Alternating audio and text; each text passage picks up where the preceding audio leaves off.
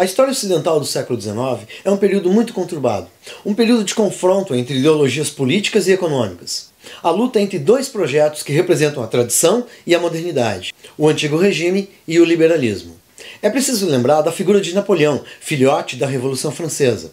Onde ele lutou, onde ele dominou, ele plantou a sementinha do liberalismo e levou os ideais da Revolução Francesa. Quando ele foi derrotado, veio o Congresso de Viena e estabeleceu a tônica de que tudo será como antes de Napoleão. Todos os tronos e todas as monarquias que ele havia derrubado foram restituídas. E o absolutismo prometia voltar com tudo, mas era tarde demais. As burguesias tinham entendido que se ruim com Napoleão, pior sem ele. Pois sem Napoleão, sem os ideais do liberalismo, significava que o antigo regime voltava com toda a força. Saudações! Eu sou o professor Ney Nordin e a gente vai conversar sobre a primeira onda das revoluções liberais do século XIX.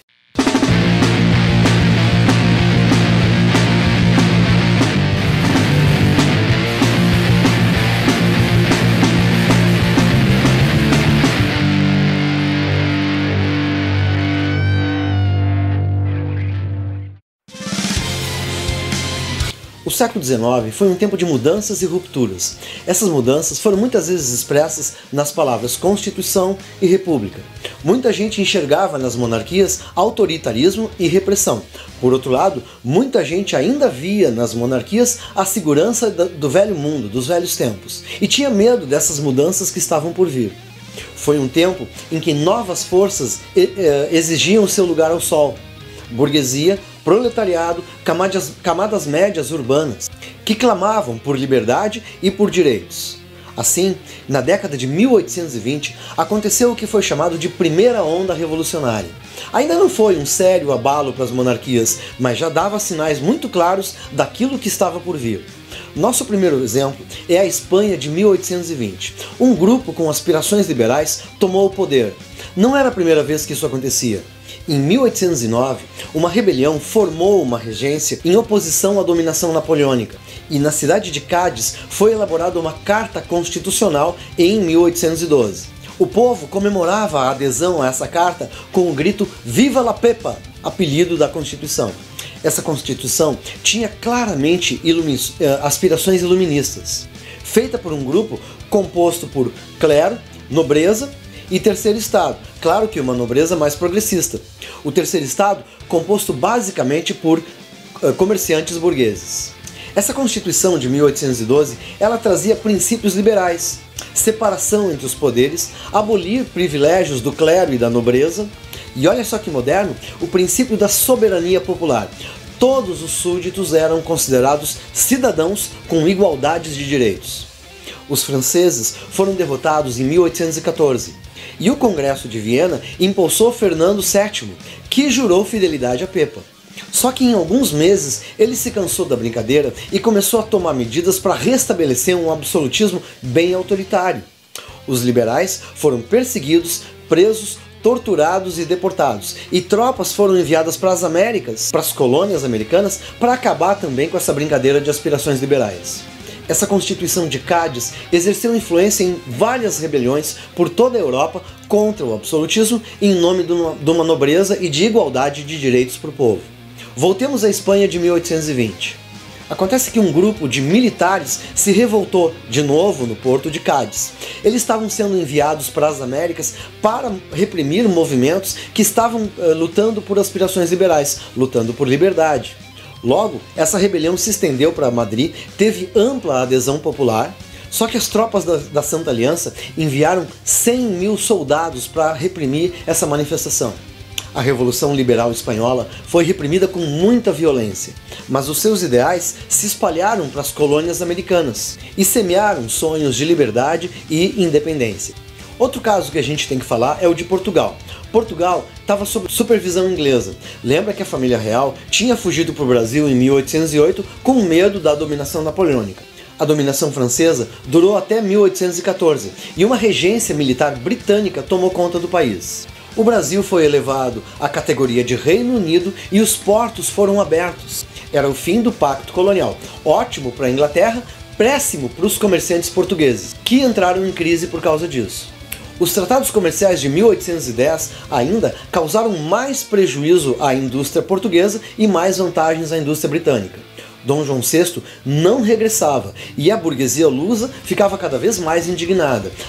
A bola de neve das insatisfações foi aumentando e aumentando. Em 1820, o regente britânico de Portugal, Lord Beresford, viajou ao Brasil para conversar com Dom João VI. Nesse momento, um grupo chamado Sinédrio fez uma rebelião, um levante na cidade do Porto. Em Lisboa, foi formada uma junta governativa. As cortes foram convocadas, clero, nobreza e povo, e foi exigido o retorno imediato do monarca. Logo, logo, uma constituição foi elaborada, baseada naquela espanhola de 1812, a PEPA. Essa constituição falava na redução dos poderes do monarca, mas ela não era muito liberal, não. Os comerciantes do Porto queriam restabelecer o pacto colonial, fazer com que o Brasil voltasse à condição de colônia para que eles tivessem as vantagens de sempre. Com a morte de Dom João VI em 1826, Dom Pedro I foi aclamado Dom Pedro IV, rei de Portugal, e foi exigido o seu imediato retorno ao seu reino. Coroa que ele abdicou em favor da sua filha Dona Maria da Glória. Foi então elaborada uma constituição mais moderada com forte influência inglesa. Só que a Dona Maria da Glória casou com o irmão do Dom Pedro, o Dom Miguel, que logo se cansou desse papo de liberalismo e tentou implantar um absolutismo forte em Portugal. Isso resulta numa guerra civil que vai durar muito tempo até que Dom Miguel é derrotado e uma constituição com aspirações liberais é promulgada. Claro que no meio de toda essa brincadeira, os ímpetos de liberdade e independência aqui no Brasil acabam sendo bastante inflamados. Interessante a gente falar também no caso da Itália. Os ventos da Revolução Liberal sopraram por lá com bastante força, mas o Congresso de Viena restaurou a monarquia na figura de Fernando IV, que tomou medidas bem conservadoras, o que causou muitos descontentamentos.